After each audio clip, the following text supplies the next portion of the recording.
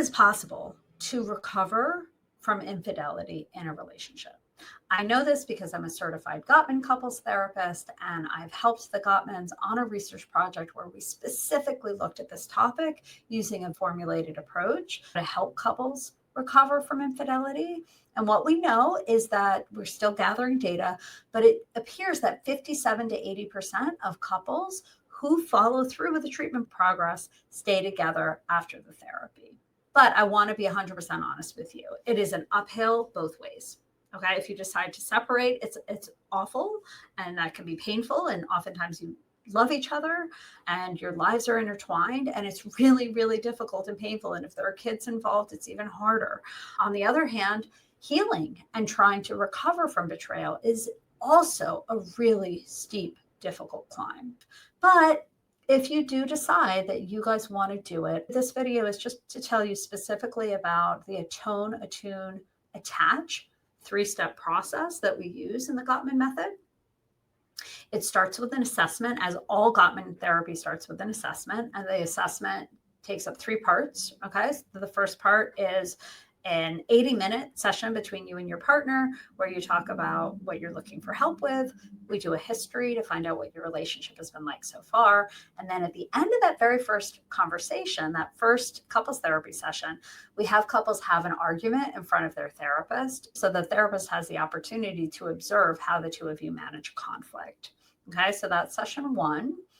And then in between session 1 and 2, we have you fill out a whole long survey where you answer a whole bunch of questions so that the therapist can gather data about all the different facets of your relationship, your friendship, your conflict, your trust, your commitment, how you celebrate each other. So we get a really, really deep, deep understanding of your full relationship, not just the challenges, but even more so the strengths that you probably are not thinking about right now if you're in the middle of a major trust betrayal. Okay, so we will gather all that information. Then we meet with each of you individually. That's a 50-minute session, and that individual session is not confidential from the other person because all couples therapy is considered the client is considered the couple. So we don't keep secrets from the other partner. And that's really important to know that. So the individual sessions are not, a complaining fest about your partner. The individual session is really to get born and raised history, to understand what triggers you have, what your life has been like, and what you're importing into the couples therapy. That's session number 2. So 2 individual sessions, and then the third is a feedback session. In the feedback session, the therapist will talk about what they learned in the assessment. We'll talk about what were the strengths, what were the challenges. We'll look very specifically at trust and commitment, even more deeply than with a couple that hasn't had an affair, because the trust and commitment are the columns that hold everything up and in and together for relationship health. And so when that's not solid, then everything in the middle of the relationship is challenged. Okay, let me show you what I mean. So when you look at trust and commitment, you look at the pillars that are the weight-bearing walls. And then in the middle are all these different things like compromise and conflict management and all that kind of stuff.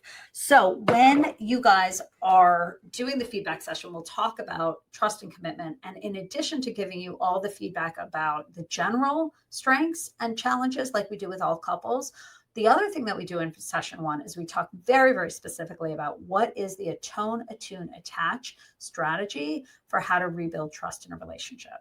So there's 3 phases, and we talk you through what those 3 phases are. Okay, so atonement is when the person who had the breach of trust, who committed the breach of trust, expresses remorse and regret, and the listening partner is asking questions to their partner, asking them questions that are data driven, not so much questions about how or why or how could you, but questions like, gee, when I thought you were on this business trip, where were you actually?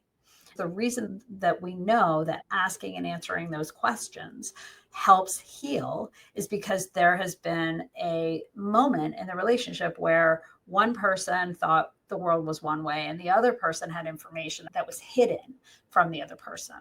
Okay. And what we know about relationship health is that it's not so much about what actually happens as it is that there was secrecy. Because as soon as there's secrecy, then that partner feels left out, they feel excluded, and that is incredibly hurtful, even though sometimes the person who is doing the hurting isn't as aware of how their behavior is hurting the other person because they're keeping the secret. So the other person is in the dark, and yet it doesn't appear that they're in pain because they don't have all the data that they need. The person who hurt the other person by breaching the monogamy contract was able to express feeling badly, feeling remorse, feeling sadness and empathy and compassion for their partner, answering their questions clearly, directly, and honestly. The more that they can lean into their mistakes and be honest about what they did that was not in line with their own personal integrity, that they made mistakes that were not okay with either partner. And to be able to acknowledge and admit those mistakes is the first part in the process. And then the listening partner is trying to hear and understand and come to terms with what happened. There's evidence that the hurt partner has symptoms consistent with post-traumatic stress disorder immediately after this betrayal is uncovered. And so they're really having trouble discerning reality from what's true and what's a lie because they don't know what to believe. So the only way to do that is for the hurt partner to explain the ways in which they did hurt the other person and lean into saying things that are hard to say. The more defensive and dismissive you are, the less that's going to lead to rebuilding trust because the hurt partner is not going to believe that there's a real sadness and remorse for what was done. Okay. So that's phase number one. That's only phase number one. And it's called atonement. The second phase is attunement. And what we do in attunement is we help couples learn the skills to be able to manage differences of opinion, because in order to help couples heal, we need to figure out something went wrong in the first place. There's a reason this happened. It didn't happen in a vacuum, and there was communication breakdown. There was a lack of honesty. Why was there a lack of honesty? We need to figure that out. And we can't start with that, right? Because otherwise, there's too much pain in the room to start with this. So a lot of times people say, well, how did this happen? And why did this happen? And I say, we have to hold off. We cannot jump in and do that right away. So what we do is in phase two, the attunement phase, we learn how to talk honestly about things that we're not proud of, mistakes that we've made, and we try to build up those communication skills so that you can make sure that this never happens again. There's a certain amount of conflict avoidance in any dynamic where there's secrecy. Conflict avoidance is dangerous when it gets to this level. It's not good for most people. Some people, it can work okay. But if there's been a betrayal, then conflict avoidance is going to be really, really dangerous. It's going to be hard for both of you to trust each other that things really are different than they used to be.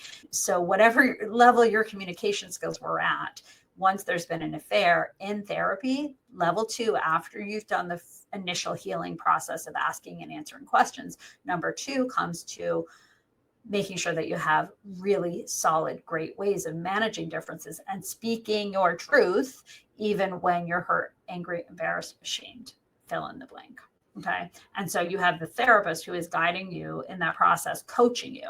The thing you'll also notice about the Gottman Method is that the Gottman Method is more like the therapist is coaching the couple of talking to each other and giving them ideas. Here's a way that you can say this. And then they take the idea, they implement it, and then the couple talks to each other. The therapist will jump in and help each other once that's started. Okay, so that's phase number 2.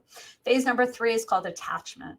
I like to present the idea and ask my couples, okay, how do you feel about looking at this as if relationship number 1 was over and now we're starting relationship number 2?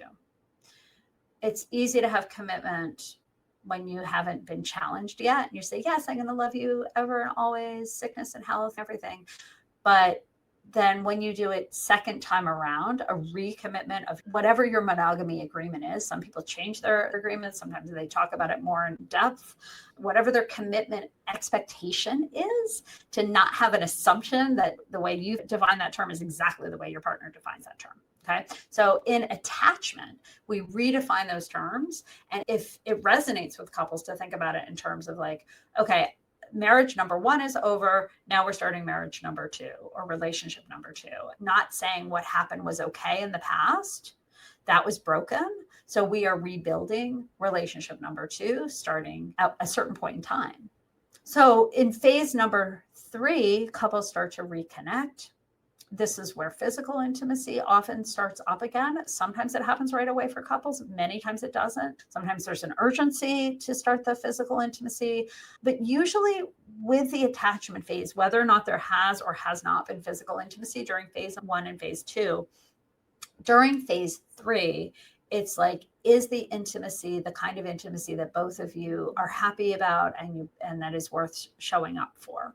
Okay, because there's going to be tension from the past, and there's going to be all kinds of mind reads about what the other person feels or doesn't feel about you, about your body, about your desire, and all of that stuff. If you go to a Gottman therapist, they are going to help you have that conversation such that it's, I'm not going to say comfortable, right?